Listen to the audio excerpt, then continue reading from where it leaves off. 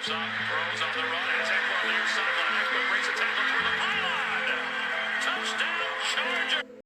Near side from his end zone, he's in trouble. He gets out, now rolls to the near side. He's still in his end zone and is thrown down right at the goal line. Makes sense, though, the way they haven't really moved the ball. That's intercepted on the near sideline. Michael Davis. Chargers showing blitz again. Rosen steps up. He's in trouble, and he is sacked. The ball comes loose. What's going on, dudes and dudettes? Haven't done a double video in the same week in a while, but thought I might as well just get this stuff out of the way since I don't think there's really that much news coming up next couple days for these guys. And then also USC played yesterday and the Chargers already played today on Sunday, so might as well just get all this stuff out of the way. So yes, Chargers finally got away with an easy victory somewhat against the Dolphins. It was 30-10.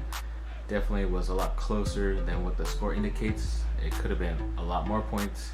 It just shows how bad Miami is this year and kind of shows how bad the Chargers are. But I guess their main excuse is that they have so many freaking injuries when it comes to offense or defense. And then during this game as well, they had a bunch of guys go out, and yeah, they made some nice plays, but the injury bug is always going to hit the Chargers, and maybe that's why I move on from them being my favorite team, just because there's no point in going through all this heartache for no freaking reason.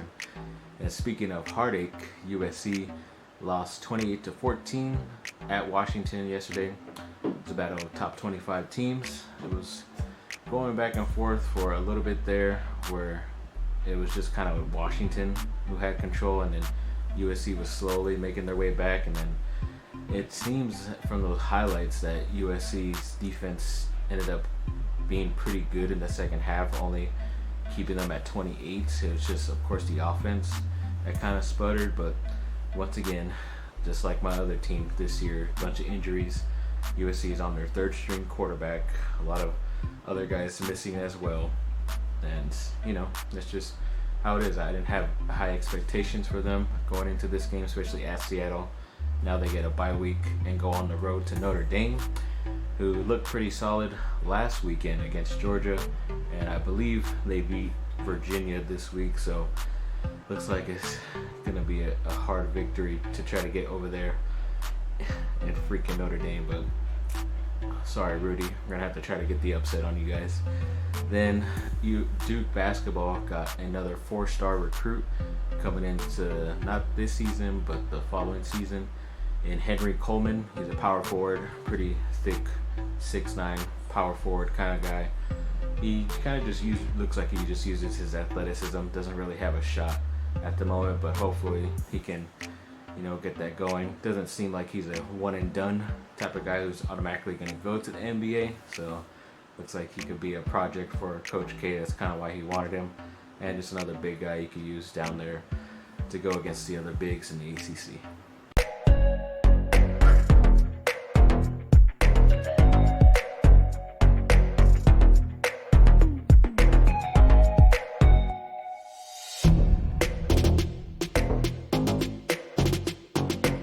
Melvin Gordon was promoted to the opening day roster for Chargers against the Dolphins. He did not play one snap, but he was dressed out, and they didn't really need him once the game started getting to the third and fourth quarter, which is good because you don't want him getting a stupid injury when he's not 100% fully ready to play in an NFL game yet. So I'm glad they didn't throw him in there, but just had him just in case, because you're only down to 2 running backs in Austin Eckler and Tremaine Pope anyways. But it's good to see him out there. At least he's finally back, and hopefully he can contribute to the next couple weeks. Got some pretty cupcake games like Tennessee, Pittsburgh Steelers as well. So hopefully it can be a little bit of easier stretch and they get on a winning streak right now. Then also the USC Trojans basketball team named their 2 captains. One is Jonah Matthews, who's been there a long time, a senior, and then Quentin Adlish, who is a recent transfer. Kind of surprised that a transfer was able to become a captain.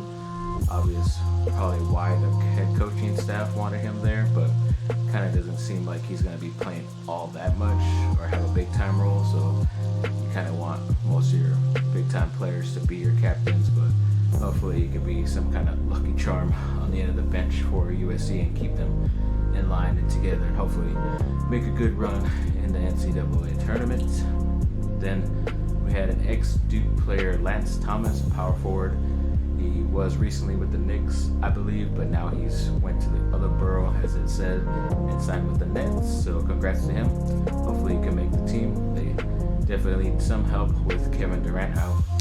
Then some other Duke news, them putting out the question if Trey Jones, the starting point guard for Duke, is ready to shoot or become a scorer.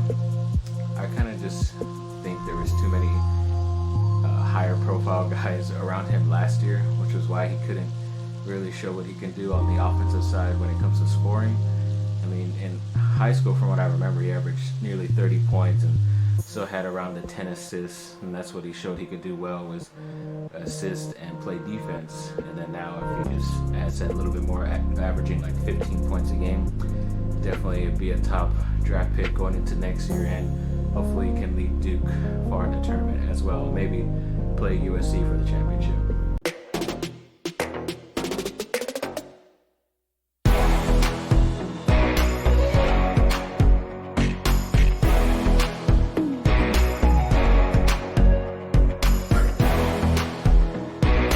Lakers for Kyle Kuzma said he's ahead of schedule with his foot injury. Obviously that's good news, but pretty sure it helped that he didn't try to finish with Team USA and just came home and rehabbed right away, which is always good.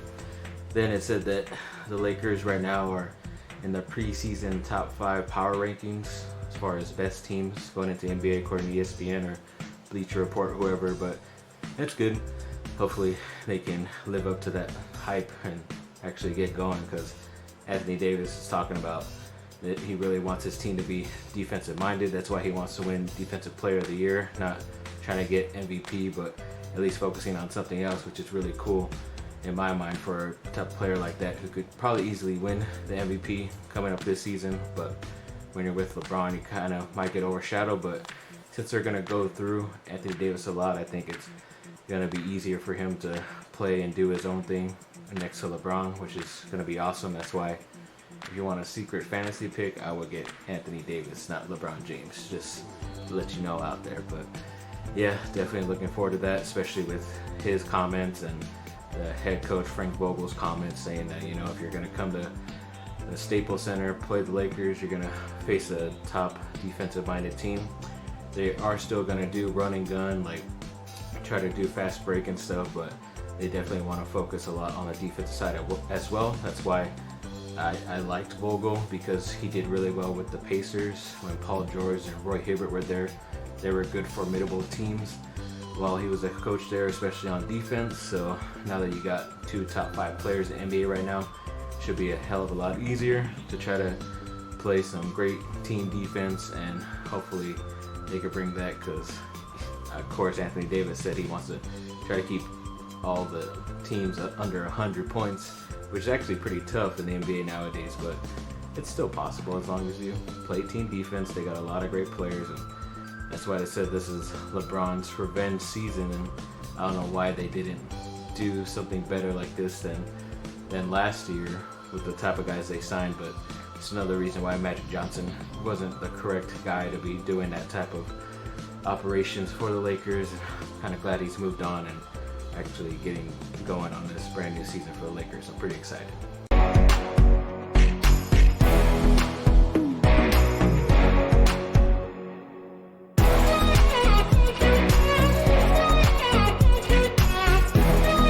And yes, a quick update on Devin Williams, the wide receiver transfer from USC. Apparently he's not going to Oregon State anymore. It is Oregon, who I originally thought he might go to, because it was down to USC and Oregon as his final 2 teams when he was deciding on National Signing Day. So it's kind of obvious that he went there, in my opinion, but I don't know. We'll see how he does. They obviously don't really use that much taller wide receivers, but we'll see what he can do, you know, without a quarterback next year. But yes, and they're saying that Coach Helton, his main weaknesses are losses on the road, which happen a lot for him. He has a pretty good record while he's playing in LA, but I don't know why when it comes to being on the road, it's going to be tough for him to get W's, especially the last couple years. And every time he talks after the end of the game, it's always like, yeah, you know, we're obviously don't have all of our guys, but I love these guys. They're like my family, and I think they're gonna get even better. That's what he always says. They're gonna get even better, and we just have to always keep waiting. And it's been a year or two with a lot of these guys that they've been trusting, and a lot of guys that they probably shouldn't have recruited, and they haven't really panned out to be as good as they can. But you never know if that's just head coaching, recruiting people, or even your defensive coach now. So I don't know. You held a pretty high potent Washington team to 28 points for a whole game. I guess it's really not the defense, but I don't know. Could be head coaching thing. That's why I still like a Matt Campbell from Iowa State, the Dino Babers from Syracuse, Jeremy Pruitt from Tennessee.